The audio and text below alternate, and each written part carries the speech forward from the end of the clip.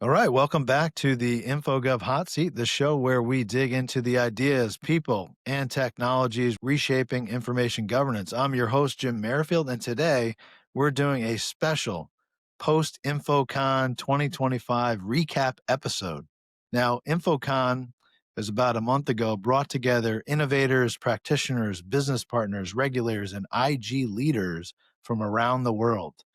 And the themes, the conversations, the takeaways this year felt bigger and more urgent than ever. So, joining me today to break it all down is someone who had a front row seat during that week, Arman Afkhami from TitanFile, a company redefining how organizations securely collaborate and exchange sensitive information. Arman, welcome to the hot seat. Jim, thanks for having me.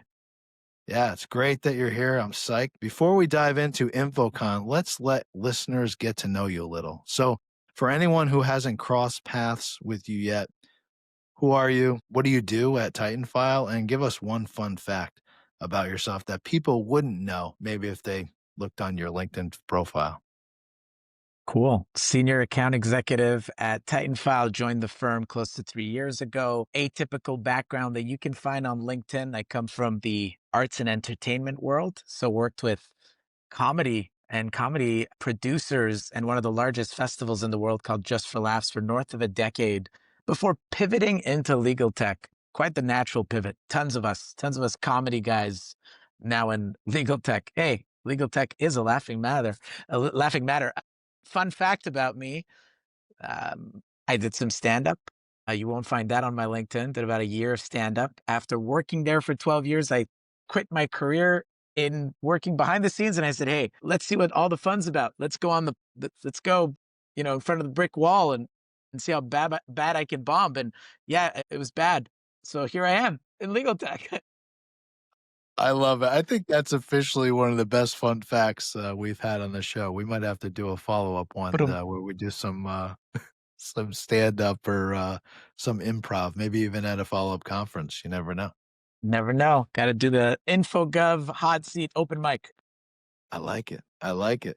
I like it. We're innovating. So, coming off InfoCon, I know you had countless conversations with IG leaders, clients, prospects, peers. So, here's a question. Why is partnering with the IG community and events like InfoCon strategically important to Titanfile? Yeah, I think, and it's a great question, Jim. If I just scale it back before I even get into, the why we're at InfoCon and why is it important for us to be associated with, subgroups within a larger community. And that's what I wanted to kind of zoom out first and just kind of map out is, Titanfile holistically, we're a secure file sharing solution that was spawned 14 years ago out of our CTO and founders, understanding that there was a gap in the market between email and sending things securely. And this is, he wrote this thesis on it. And this is a while back. We're talking 15, 16, almost 20 years ago, and preached, let's build a cloud infrastructure that's lightweight, super secure, and easy. That was the premise of building Titanfile 14 years ago. And through over a decade of associating to niches, specifically one that we've been akin to is ILTA, the International Legal Technology Association, we found that, yes, what we're doing serves the highly regulated industries. Okay, in that branch, in that tranche, in that specific bucket, legal and law firms and legal practitioners were the sweet spot for us. Why? Because again, regulations are changing. You're going from paper to data. You need to move that data. And I'd say in the last decade, that need has grown immensely. And we've just been there growing and hearing what our community is looking for. And part of those conversations brought us to understand that there's a need in data governance. And yes, you're doing the file sharing piece, and there's so much more to the giant, crazy world that is legal and what we're doing with data. And we're passing from paper to paperless and all that jazz, boxes and boxes of case files, hard drives, thumb drives, all that jazz. Well, it led us to now understand the intricacies of that industry and who needs what we're selling. who needs to incorporate, IG policies in their giant bucket of to-do lists. Where do we fit in? So we saw that, yes, in information governance specifically, there's a need for what we're doing. So we're obviously super happy to have joined Arma this year at InfoCon. And for us, it's to be where our users are at and where the decision makers that influence the usability of a tool like ours on a day-to-day basis. Where are they? What do they care about? What regulations drive their decisions? Who are the other players in the landscape, et cetera, et cetera. So that's why we were at InfoCon 20th year.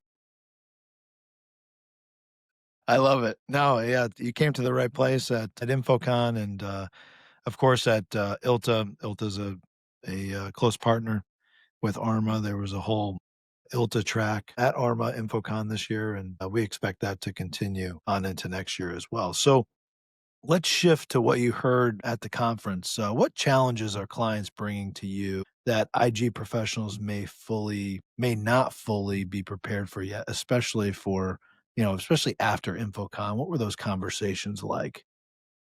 I think it's having a single source of truth is becoming more and more difficult. Again, looking at all the different ways to bring data in and out of a firm, looking at different tools. If you don't have a tight IG policy and a tight grip on your tools, data sprawl is the real thing. We were talking quickly offline about how when you're using a tool to bring data out and then you have to bring it into a third party. Now, this data sits here on a drive or on a desktop. Now, where is that data? Is it in a repository? Is it a third party tool? Is it now also in someone's desktop environment or drives? I think that's one of the things that was the common denominator of most of the conversations is we have different tools.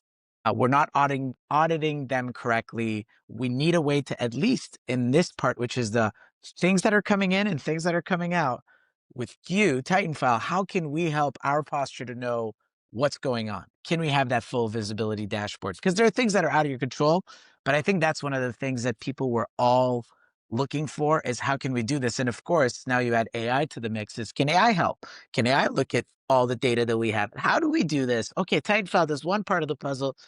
What about all the other pieces of the puzzle? Help. And, it was great to have those conversations with folks from different avenues, whether they were coming from, government bodies, they were coming from healthcare providers, they were coming from in-house legal, law firms.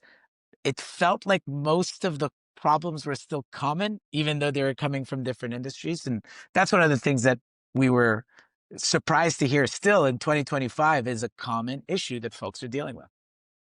Yeah, and that's the tension, right? Organizations are moving so fast with all these technologies. You mentioned AI, and there's governance frameworks out there, but it seems like those frameworks and those conversations within these companies, whether it's a law firm or corporate entity, haven't really caught up, right? We're still almost like a back to basics moment, like where's all the data? How do we control it? And but then you have, as you mentioned, AI. There's all that tech out there, and people are there's all those shiny new tools that people want to buy, but again, it's I love how you talked about. Listen, you got to know where the data is first. Yeah, and we get that too on our end where, we're secure file sharing. We do that part really well. And we're very proud to be a Canadian software company who's dedicated to just building this one tool. And I know it sounds like easy to say like, okay, you're focused on one thing, but I feel like you have a good analogy is if I do 10 things, whatever those 10 things might be, will I be as good in those 10 things as if I specialize in just doing one thing really, really well? We've been really focusing on doing that one thing really, really well. And as I was saying in the preface to this chat, or as I was kind of leading up to it, we've focused in the legal niche. We've heard the issues that some of our users are facing, and we've built things in our tool to be able to help, again, govern, have, I like to call it God mode, see everything that's happening, have the logs accessible at all times. And now, yes, okay, this fits this conversation around IG and data sprawl and all that jazz. But then we get questions from folks like, because it's trendy. So how do you use AI? What kind of AI is baked in? Or can does this integrate with Chat GPT or Copilot? And I'm like, Okay, let's push that conversation further. Why would you need that? This is supposed to be a file exchange platform. Do you want us to connect it to your thoughts so we could think what you need to share before you actually need to share it? Like, there's, it's funny. Just I was double clicking on the fact that everyone's talking about AI.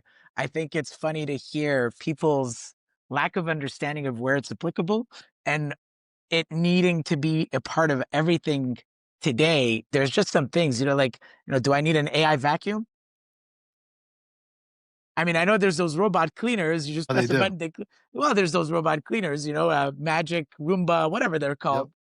But, does everything need to be AI? That's a whole other conversation. Sorry, Jim. I just wanted to go off No, that's tangent. you got, but the problem is you got to have a flat surface. If you don't have a flat surface for those robot vacuums, then you got problems. The thing falls down the stairs, the thing breaks, it gets stuck, right? So there's always a foundation. What about stairs? Does it go upstairs? I don't think it goes upstairs. Are we there yet? Maybe tomorrow. Maybe tomorrow. Roomba, Roomba 3.0. That's right. That's right. So here's our hot seat moment for today's podcast. If law firms and corporations Okay, could we're bringing change in one thing today, oh, you brought your buddy. What's the name of that guy? Terry, the TitanFile Triceratop. This guy's ready for the hot seat moment. Jim, let's do this. I like it. Here's the moment. So if law firms and corporations could change one thing today to get ahead of the curve, what would it be? Using more TitanFile. They gotta get more TitanFile.